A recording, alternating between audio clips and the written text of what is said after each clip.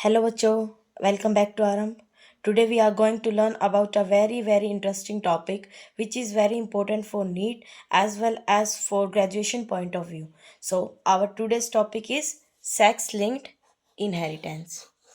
Okay देखो, जैसे नाम से ही पता लग रहा है, इसमें वो जीन्स या फिर उसमें उन जीन्स से रिलेटेड स्टडी करेंगे जो सेक्स या सेक्स क्रोमोसोम से लिंक होते हैं. ठीक है, जैसे ह्यूमन है, ह्यूमन में 23 पेयर्स ऑफ क्रोमोसोम प्रेजेंट होते हैं. जो 22 पेयर ऑफ क्रोमोसोम होते हैं उन्हें हम बोलते हैं ऑटोसोम्स, और जो 1 पेयर बचता है उन्हें बोलते हैं एलोसोम्स. क्या बोलते हैं? एलोसोम्स या फिर सेक्स क्रोमोसोम. एलो का मतलब ही होता है डिफरेंट, यानी कि ये जो सेक्स क्रोमोसोम है वो मेल और फीमेल दोनों में डिफरेंट होते हैं. फीमेल में क्या होता है? एक्स एक्स, एंड मेल में क्या होता है? X Y. ठीक है, तो जो फीमेल में एक्स एक्स है और मेल में एक्स वाई है, इसका मतलब ये मत समझना कि जो फीमेल है उसमें अगर एक्स क्रोमोसोम पे जो भी जीन है वो जीन तो मतलब एक्स क्रोमोसोम वाले ही इस वाले एक्स पे प्रेजेंट होंगे. तो फीमेल में 2 टाइम्स या फिर 2 टाइम्स प्रोटीन या 2 टाइम्स जीन नहीं प्रेजेंट होते. मतलब कि कहीं आप यूँ सोचो कि अगर फीमेल में 2x है तो मान लो कोई एक जीन है जो एक हाइट का प्रोटीन बना रहा है, तो फीमेल में वो 2 टाइम्स प्रोटीन बनाएगा. ऐसा कुछ नहीं होता. जो एक टर्म होती है डोसेज कॉम्पनसेशन, ठीक है, डोसेज कंपेंसेशन का मतलब क्या होता है कि जो डोज है किसी भी चीज़ की उसको कंपेंसेट कर देना. मतलब कि दूसरे के मुकाबले या तो कम कर दो, या फिर दूसरा अगर कोई चीज़ ज़्यादा है तो उसको भी ज़्यादा कर दो. तो कंपेंसेट का मतलब वो होता है. तो ये तो चलो बात का टॉपिक है डोसेज कंपेंसेशन. तो बट इतना आपको पता होना चाहिए कि 2x क्रोमोसोम है तो फीमेल में सिर्फ एक ही एक्स क्रोमोसोम काम करेगा, उस पर एक ही के एक्स जीन्स प्रोटीन्स बनाएंगे, ना कि दोनों, ताकि वो मेल वाले के बराबर हो सके. ऐसा नहीं है कि दोनों को मेल हो या फीमेल बराबर का मौका दिया जाएगा. लड़कियों के लिए कोई विक्टिम कार्ड प्ले नहीं किया जाएगा. ठीक है, और आपको एक बात और बताऊं, जो ये वाई क्रोमोसोम होता है ना, ये स्मॉलेस्ट जीन बनाता है एक, उसके बारे में आगे स्टडी करेंगे. और ये साइज में बहुत छोटा होता है वाई क्रोमोसोम. इसमें बहुत ही कम जीन्स प्रेजेंट होते हैं, इसलिए फीमेल्स में मतलब ऐसा नहीं है कि फीमेल्स में वाई क्रोमोसोम नहीं है तो फीमेल मेल से किसी मुकाबले में कम है. ओके, तो चलो अब सेक्स लिंक्ड इनहेरिटेंस से रिलेटेड पढ़ते हैं हम आगे. अब इसमें जो सेक्स लिंक्ड इनहेरिटेंस होता है इसमें 3 टाइप की लिंकेज हम स्टडी कर सकते हैं. 3 टाइप्स का हो सकता है ये. ठीक है, लेडीज फर्स्ट, लेडीज से शुरू करते हैं. तो वो डिसीज या फिर वो लिंकेज जो एक्स में प्रेजेंट होती है और वाई में अब्सेंट होती है, यानी कि एक्स लिंक्ड इनहेरिटेंस के बारे में पढ़ते हैं. ठीक है, 3 टाइप की होती है ये. फर्स्ट टाइप ये है जो एक्स पे प्रेजेंट है लेकिन वाई पे अब्सेंट है. इसके एग्जाम्पल्स हैं जैसे कि कलर ब्लाइंडनेस या फिर हीमोफीलिया. ठीक है, इनके बारे में आगे डिटेल में हम लास्ट में स्टडी करेंगे, रिलेटेड क्वेश्चन भी. या फिर एक सिंड्रोम होता है,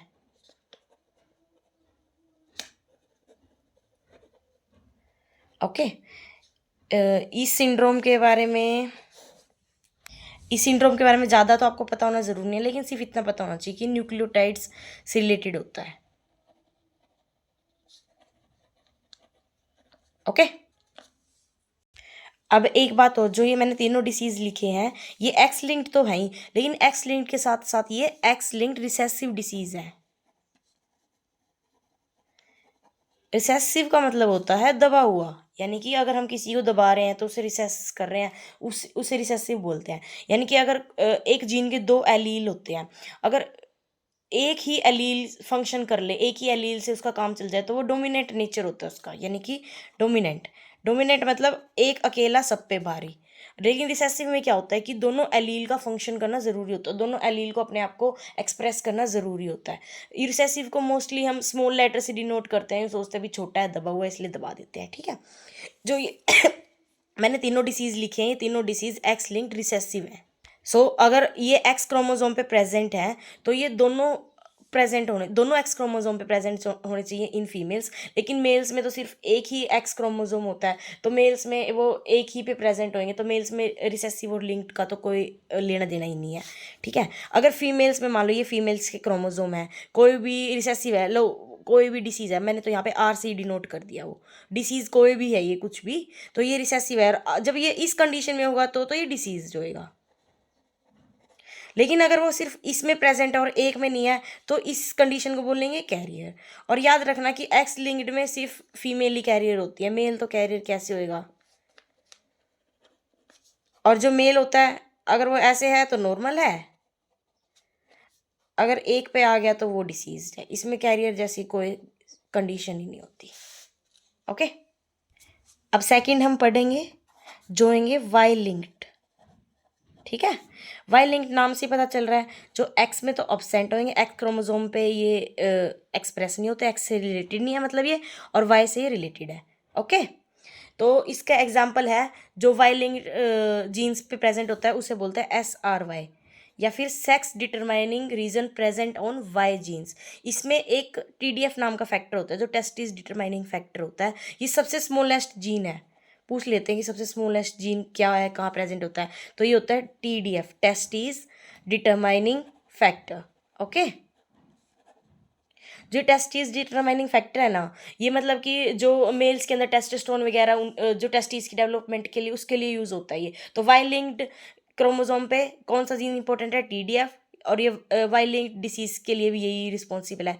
ठीक है, SRY की फुल फॉर्म होती है, वैसे इसे सॉरी मत पढ़ लेना, ये शॉर्ट फॉर्म में सॉरी लिखते हैं ना वैसे, ये होता है sex determining region present on Y chromosome. ठीक है, अच्छा, अब आपको पता है लार्जेस्ट जीन कौन सा होता है, कहाँ प्रेजेंट होता है, स्मॉलेस्ट तो पता चल गया। तो लार्जेस्ट जीन होता है मस्कुलर डिस्ट्रोफी का,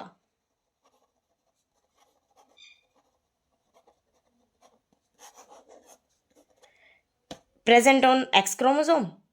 और आप मुझे यूं बताना कमेंट सेक्शन में कि ये सेक्स लिंक्ड है या नहीं, अगर ये सेक्स लिंक्ड है तो एक्स है या वाई है। वैसे मैंने बता ही दिया ये एक्स क्रोमोसोम पे प्रेजेंट है, तो ऑब्वियस सी बात है, अगर ये सेक्स लिंक्ड होगा तो ये एक्स लिंक्ड होगा। ओके, ये लार्जेस्ट जीन होता है। थर्ड केस हम पढ़ेंगे, फर्स्ट हमने पढ़ा एक्स लिंक थे, सेकंड वाई लिंक थे, थर्ड वो जिसमें जो एक्स पे भी प्रेजेंट है और जो वाई पे भी प्रेजेंट है। तो ऐसे जीन्स जो एक्स क्रोमोसोम पे भी मिलते हैं, वाई क्रोमोसोम पे भी मिलते हैं, तो उनसे रिलेटेड एक डिसीज है, उसको बोलते हैं जीरोडर्मा पिगमेंटोसा। ये डीएनए रिपेयर जब हम मोल बायो पढ़ेंगे ना, उसमें पढ़ोगे आप ये डिसीज, ये डीएनए रिपेयर से भी रिलेटेड होता है। जो सेक्स लिंक डिसीज़ होते हैं उसमें जो एक्स लिंक डिसीजेज होते हैं वो बहुत इंपॉर्टेंट होते हैं। मतलब किसी भी कॉम्पिटिटिव एग्जाम में देख लो आप, या फिर एग्जाम में भी आप देख लो, अगर आपको मतलब पेडिग्री आ जाए किसी भी डिसीज़ की, या फिर क्रॉस बनाना आ जाए, तो वो एक्स लिंक डिसीजेज से ही होता है मोस्टली। तो हम डिटेल में स्टडी करेंगे दो एक्स लिंक डिसीजेज के बारे में, फिर एक PYQ करेंगे। ओके, जो पहला एक्स लिंक डिसीज है जिसके बारे में हम स्टडी करेंगे, तो चलो पहले डिसीज़ के बारे में पढ़ते हैं। जो एक्स लिंक्ड होता है वो होता है कलर ब्लाइंडनेस, बहुत इंपॉर्टेंट है, पेडिग्री मिल जाएगी इनका, आपको क्रॉस बनाना मिल जाएगा, तो बहुत ध्यान से समझना इस टॉपिक को। कलर ब्लाइंडनेस, कलर ब्लाइंडनेस का दूसरा नाम होता है रेड ग्रीन ब्लाइंडनेस भी बोल देते हैं। किसी किसी बुक में ब्लू ब्लाइंडनेस के बारे में भी दिया हुआ है। रेड ग्रीन ब्लाइंडनेस में हम क्या करते हैं, जैसे जो कलर होता है अपनी बॉडी में, जो आइज़ हैं वो दो टाइप्स के सेल्स होते हैं उनमें, रोड्स एंड कोन्स। जो रोड्स होती हैं वो तो डार्क के लिए होती है, लेकिन जो कोन्स होते हैं वो कलर को परसीव करते हैं, कलर को पहचानते हैं। ठीक है, अगर जैसे रेड जो कौन सेल्स हैं, अगर उसमें जो रेड रेड कौन सेल्स हैं उनका जीन डिफेक्टिव हो जाए तो कोई प्रोटीन नहीं बनेगा, तो वो रेड कलर को नहीं पहचान पाएंगे, तो वो हो जाएगी रेड ब्लाइंडनेस, रेड ब्लाइंडनेस। ठीक है, सिर्फ रेड ब्लाइंडनेस। तो रेड ब्लाइंडनेस को दूसरा नाम होता है प्रोटेनोपिया।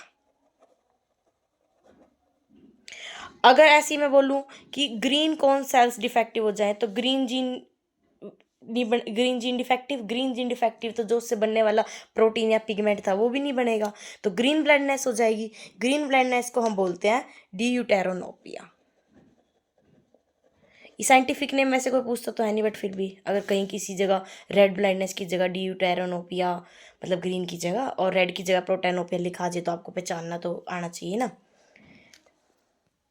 जो कलर ब्लाइंडनेस है, पहले मैंने बताया था कि ये एक्स लिंक्ड है और रिसेसिव है। रिसेसिव यानी कि सब बता दिया था कि जो एक्स के दोनों उस पे प्रेजेंट होना चाहिए, दोनों जी एक्स के दोनों जीन्स डिफेक्टिव होने चाहिए तभी ये होएगा, वरना फीमेल में ये सिर्फ कैरियर रह जाएगा।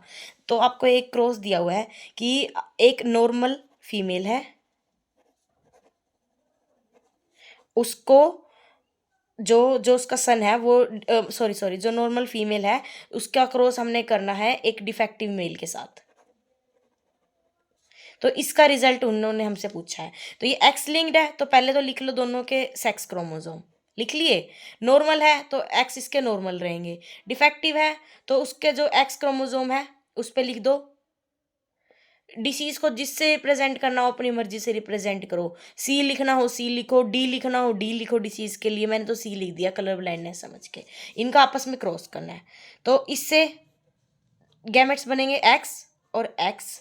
जो मेल है इससे बनेंगे एक एक्स ही बनेगा और एक वाई बनेगा। क्रॉसिंग कर दो इनकी, एक्स और ये एक आ जाएगा एक्स सी, इसकी इसके साथ करो एक्स वाई, इसकी इसके साथ करो एक्स और एक्स सी, और इसकी इसके साथ करो एक्स वाई। ठीक है, क्रॉसिंग करनी आ गई कि दोनों के गैमेट्स लिख लिए, इससे एक एक्स इसका एक एक्स। ठीक है, ओवम हो गए, इसका एक स्पर्म इसका एक स्पर्म, दोनों की क्रॉसिंग कर दो एक्स और एक्स एक्स सी एक्स वाई और ऐसे क्रॉसिंग करके रिजल्ट मिल गया। तो क्या रिजल्ट मिला, दोनों मेल डिसीज नहीं है, नॉर्मल। और फीमेल भी नॉर्मल होंगी बट वो क्या है, कैरियर है, डिसीज तो नहीं होगा लेकिन दोनों फीमेल कैरियर। ओके, उसी केस को आगे लेके चलते हैं। जो उनकी कैरियर डॉटर थी उन वो बड़ी होगी, उन्होंने शादी कर दी। कैरियर डॉटर थी, बड़ी होगी, शादी कर दी नॉर्मल आदमी के साथ। चलो भाई कि नॉर्मल मैन है उसके साथ शादी कर दी। नॉर्मल मैन के जीन्स कैसे लिखे जाएंगे, मतलब क्रोमोसोम कैसे लिखे जाएंगे, एक्स और वाई। अब बनाओ इनके, एक्स सी एक्स बनेगा, यहाँ एक्स बनेगा, यहाँ वाई बनेगा, इसकी इसके साथ फिर इसकी इसके साथ नॉर्मली मल्टीप्लाई करनी है, कुछ नहीं। ये देखो इसकी इसके साथ कर दो, खुद भी बना के देखोगे बहुत आसान है। और एक्स और वाई। तो अब एक बात नोट करो कि इस केस में क्या बना है, एक तो जो मेल है वो डिसीज है, एक मेल नॉर्मल है, एक फीमेल भी नॉर्मल है, और एक फीमेल कैरियर है। ओके, जबकि इस केस में जो मेल है उसमें तो ये डिसीज था ही नहीं, फिर भी एक जो मेल है वो डिसीज आ चुका है। और ये आप पीढ़ी दर पीढ़ी चल रहे हैं। पीछे कहाँ से केस शुरू करा था कि नॉर्मल वुमेन ली थी, मतलब जो ये लड़का है इसकी नानी वाला केस देखो, इसकी नानी नॉर्मल थी और इसका जो नाना है वो क्या थे, डिसीज थे। ऐसे केस लिया था ना। तो एक पीढ़ी छोड़ के अगली पीढ़ी में आया है कि मैन से पहले तो वो बेटी में गया एज अ कैरियर, फिर वो दोबारा मैन में आया है, मेल में। तो एक सेम सेक्स मतलब मेल से मेल सेम सेक्स में जाने के लिए बीच में एक दूसरा सेक्स आया, फीमेल आया। तो इस टाइप की इनहेरिटेंस को हम बोलते हैं क्रिस क्रॉस। क्रॉसिंग होगी ना, डायरेक्ट मेल से मेल में नहीं गया, मेल से मेल सेम सेक्स में जाने के लिए दूसरा सेक्स लिंकेज बना है, लिंक हुआ है एक बीच में। तो इस टाइप की इनहेरिटेंस को बोलते हैं क्रिस क्रॉस इनहेरिटेंस। इसमें मेल लिंक हुई है तो ये डायगानिक का केस हो गया, इसे डायगानिक इनहेरिटेंस भी बोल देते हैं। अगर ऐसा होता फीमेल है, फीमेल से मेल में गई है और फिर ये फिर फीमेल में गई है, तो बीच में मेल इन्वॉल्व हुआ तो ये हो जाता डायेंड्रिक इनहेरिटेंस। ओके, ये भी क्रिस क्रॉस है, ये भी क्रिस क्रॉस है। तो क्रिस क्रॉस का मतलब आपको पता चल गया। क्रिस क्रॉस का मतलब होता है कि जब किसी सेम सेक्स में हमें ट्रांसफर करना है लेकिन उस सेम सेक्स में जाने के लिए बीच में कोई दूसरा सेक्स लिंक हुआ है, दूसरा सेक्स कैरियर बना है या कुछ भी हुआ है, तो उसको बोलते हैं क्रिस क्रॉस इनहेरिटेंस। अगर फीमेल बनी है वो सहारा तो डायगाइनिक होता है, अगर मेल बनी है तो डायहेंड्रिक होता है। सेकंड हम डिसीज जो पढ़ने वाले हैं एक्स लिंक्ड रिसेसिव, वो है हीमोफीलिया। ये भी बहुत इंपॉर्टेंट डिसीज है। ठीक है, इसे ब्लीडर्स डिसीज भी बोलते हैं। इसमें सिर्फ ऐसा होता है कि अगर मान ले जिसको ये डिसीज़ है हीमोफीलिया, तो उसे कोई चोट लग जाए, तो अपने कोई चोट लगती है तो फटाफट क्लॉटिंग नहीं बन जाती है, वो खाल सी आ जाती है एक ब्राउन ब्राउन से कलर की। लेकिन जो ये डिसीज़ होता है ब्लीडर्स डिसीज़, इसमें जो हीमोफीलिया से डिसीज़ है, उनमें जो ये प्लेटलेट बनती है या फिर ये जो क्लॉटिंग होती है वो इतनी आसानी से नहीं होती, या तो लेट होती है या फिर अलग-अलग फैक्टर पे डिपेंड करती है। किसी-किसी केस में तो होती नहीं, तो एक्सेसिव ब्लीडिंग लॉस से डेथ भी हो जाती है। इन्फेंट स्टेज में हो जाती है, किसी स्टेज में मतलब कि अगर ज़ाइगोट बना है तो उसी में हो जाती है। बहुत सारे केस हैं, लीथल केसेज़ होते हैं जो उनसे। ऐसा नहीं है कि भी सुई लगी तो खून रुकेगा ही नहीं, वो खून निकल के मर जाएगा, ऐसा नहीं। लेकिन हाँ, ऐसा है कि अगर कोई चोट लग गई है अच्छी खासी तो ब्लीडर्स डिसीज़ है तो खून बह-बह के क्लॉटिंग ही नहीं होएगी। बहुत लेट क्लॉटिंग होएगी, कई बार ऐसा होता है कि क्लॉटिंग ले ले इतनी लेट होती है कि सारा खून बह जाता है। तो ये हीमोफीलिया डिसीज़ है। ये हीमोफीलिया डिसीज़ है ना, एक रॉयल डिसीज़ है। रॉयल डिसीज़ क्यों बोलते हैं इसको? क्योंकि जो ये इंग्लैंड, लंदन मतलब ये वहाँ पे जो रॉयल फैमिली है ना, तो रॉयल फैमिली के अंदर ये डिसीज़ सबसे पहले देखा गया था। तो उनका फैमिली चार्ट बहुत ज़्यादा पूछ लेते हैं पेपर में, तो आप एक बार ज़रूर उसे स्टडी करके जाना। ये भी रिसेसिव डिसीज़ है। हीमोफीलिया 3 टाइप्स का होता है, हीमोफीलिया ए, बी एंड सी। जो ब्लड क्लॉटिंग फैक्टर होते हैं 13 होते हैं ना, वैसे 6 फैक्टर 6 रिमूव कर दिया गया है, अब सिर्फ 12 रह गए हैं, लेकिन फिर भी हम तो 13 ही बोलते हैं। तो haemophilia A, B, C 3 type का होता है। जो हीमोफीलिया ए होता है, उसमें जो फैक्टर 8 होता है क्लॉटिंग फैक्टर, वो डिफेक्टिव होता है, उसका जीन डिफेक्टिव होता है।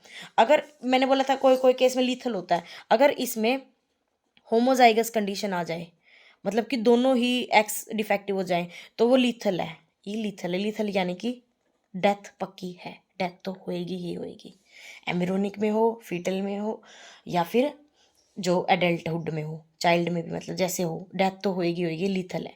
जो हीमोफीलिया बी है, इसे क्रिसमस डिसीज़ भी बोलते हैं, और ये किसके डिफेक्ट की वजह से होता है? फैक्टर 9 की वजह से।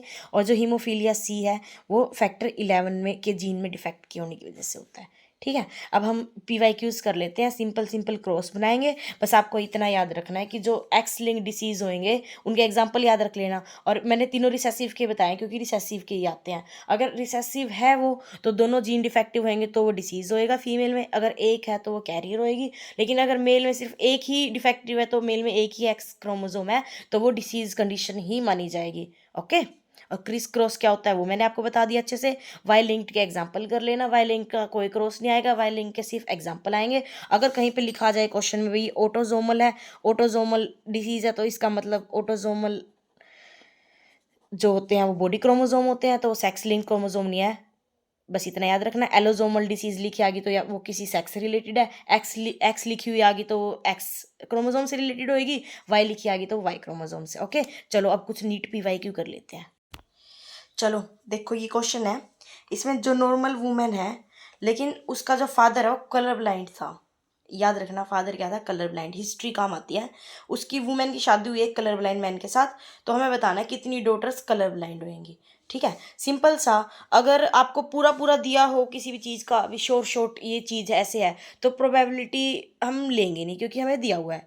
लेकिन अगर हमें किसी चीज़ का कुछ भी नहीं पता हुआ उसकी हिस्ट्री के बारे में, तो हमेशा हम हर उस चीज़ की प्रोबेबिलिटी लेके चलते हैं। ठीक है, तो इस क्वेश्चन में जो नॉर्मल वुमेन है, लेकिन वो वुमेन किससे आई है? उसका फादर कैसा था? कलर ब्लाइंड था। यानी कि फादर के जो ये थे, और मैंने उसकी मम्मी मान लो नॉर्मल भी मान ली, तो वो जो लड़की है उसको जो दोनों एक्स है, एक मतलब उसके जो दोनों एक्स है उसमें से एक एक्स तो फादर से मिला ही मिला है। ये देखो, ये केस तो हुआ ही हुआ है। तो वो लड़की, श्योर हूँ मैं कि वो लड़की क्या है? कैरियर है ही है। ठीक है, तो इसकी प्रोबेबिलिटी मुझे लेने की ज़रूरत है नहीं, मैं श्योर हूँ कि ये लड़की कैरियर है ही है। तो अब इस लड़की की शादी, जो ये लड़की है इसकी शादी किससे हुई है? एक नॉर्मल आदमी से हुई है। ओके, अब नॉर्मल आदमी से हुई है तो हमें लड़की डॉटर के लिए बताना है कि कितने डॉटर पर कितनी परसेंटेज ऑफ डॉटर होएगी। और कलर ब्लाइंड आदमी से शादी हुई है, सॉरी, ये देखो, तो यहाँ लिख दो सी। इनके गैमेट्स बनाओ, X, X C and Y.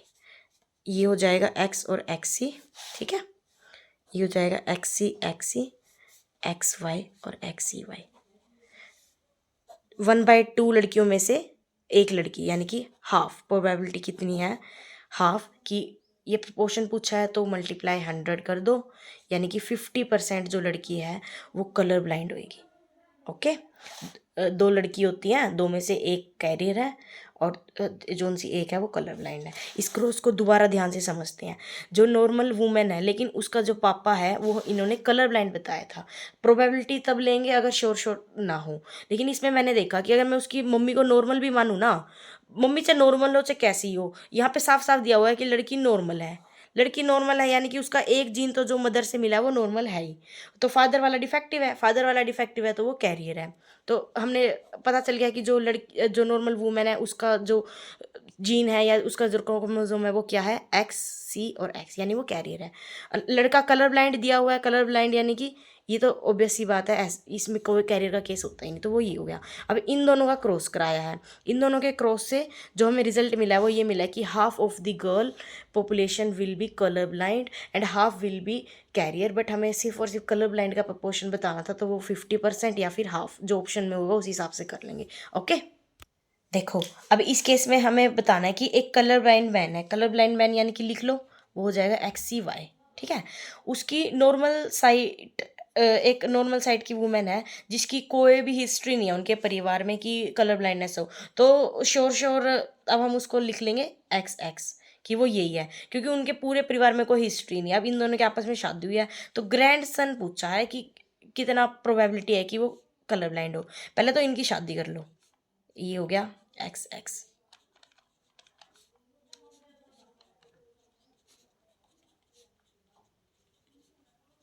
ये हो गया केस।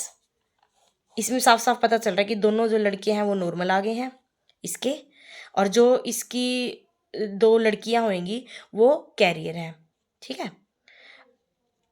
अब आगे जाके केस ऐसा बनता है कि मैंने बोला कि उस ये जो लड़कियां हैं इनकी तो श्योर श्योर प्रोबेबिलिटी है ही, क्योंकि अपने को साफ दिखाई दे रही केस आया ही है। अब मैंने कह दिया कि इसकी जो शादी हुई है वो नॉर्मल आदमी से हुई है, मैंने खुद बोल दिया, अंदाजा लगा दिया मैंने। तो इसकी प्रोबेबिलिटी कितनी है कि उसकी नॉर्मल आदमी से शादी हुई है, तो वो होगी हाफ, क्योंकि हाफ तो वो डिसीज हो सकता है या फिर हाफ वो डिसीज नहीं हो सकता। तो मैं तो अपनी मर्जी से लेके चल रही हूँ, प्रोबेबिलिटी मैंने हाफ ही लेनी है तो मैंने नॉर्मल ले लिया, नॉर्मल ले लिया। तो अब इन दोनों का क्रॉस करो तो ये हो जाएगा XCX और XY, ये बन गया। करो इनका क्रॉस, एक्स।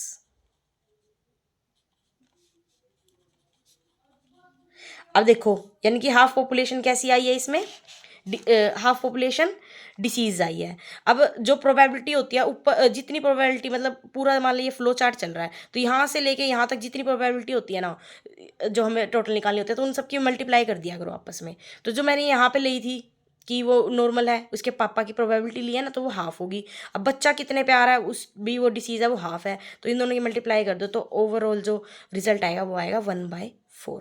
दोबारा ध्यान से समझो, देखो अगर श्योर हूँ मैं किसी भी चीज़ में तो मैं उसकी प्रोबेबिलिटी नहीं लूँगी, लेकिन अगर मैं श्योर नहीं हूँ किसी भी चीज़ को लेके तो मैं उसकी प्रोबेबिलिटी लूँगी। उसकी प्रोबेबिलिटी फिर जितनी भी मैं उसकी पूरी लाइफ हिस्ट्री में जहाँ से प्रोबेबिलिटी लेती आई हूँ ना पूरे पेडिग्री में, तो उनकी ओवरऑल की मल्टीप्लिकेशन हो जाएगी। जैसे कि इसमें ऊपर वाले केस में तो मैंने कोई प्रोबेबिलिटी ले ही नहीं, क्योंकि मुझे साफ साफ दिख रहा था कि जो ये इसकी बेटी है वो कैरियर होनी है। जब मैंने उसकी शादी करवाई किससे, कोई भी नॉर्मल आदमी से मैंने उसकी शादी करवाई है, तो नॉर्मल आदमी होने की प्रोबेबिलिटी कितनी है, 1/2। अगर मैं यहाँ पे डिसीज ले लेती, मान लो डिसीज का केस ले लूँ, तो उसकी भी प्रोबेबिलिटी 1/2 होगी। तो वहाँ यहाँ पे फिर भी केस 1/2 वाला ही बनेगा, चाहे आप बना के देख लेना। ओके, तो बस इसमें जो डॉटर का है वो केस बदल जाएगा, लेकिन हमें डॉटर का केस तो पूछा ही नहीं था। तो हमें किसकी पूछी थी, ग्रैंड सन की पूछी। तो ग्रैंड सन की प्रोबेबिलिटी निकालने का तरीका पता चल गया। जहाँ श्योर तो वहाँ पे तो प्रोबेबिलिटी लेना मत, लेकिन जहाँ पे नहीं हो तो वहाँ पे कितनी प्रोबेबिलिटी है, कितने में से क्या हो सकता है, अपनी मर्जी से कोई भी केस लेना, उसकी प्रोबेबिलिटी लेना, ओवरऑल लास्ट में मल्टीप्लीकेशन कर देना। ठीक है, चलो एक लास्ट क्वेश्चन करते हैं। ये देखो इसमें ये ऐसे सेम क्वेश्चन आया हुआ था नीट में, इसमें यूँ पूछा हुआ है कि किस टाइप की इनहेरिटेंस है, और ऑप्शंस दे के आपको डिसीज बताना था। देखो मदर से सन में जा रही है, फादर से डॉटर में जा रही है, तो कैसा बताया था मैंने, क्रिस क्रॉस इनहेरिटेंस है ये। क्रिस क्रॉस इनहेरिटेंस हमेशा सेक्स लिंक्ड होती है, तो उसमें ऑप्शन में साफ साफ लिखा हुआ था सिर्फ एक सेक्स लिंक डिसीज दिया हुआ था, हीमोफीलिया, बाकी सारे ऑटोसोमल थे। तो इसका आंसर ऑब्वियसली क्या हो जाएगा, हीमोफीलिया।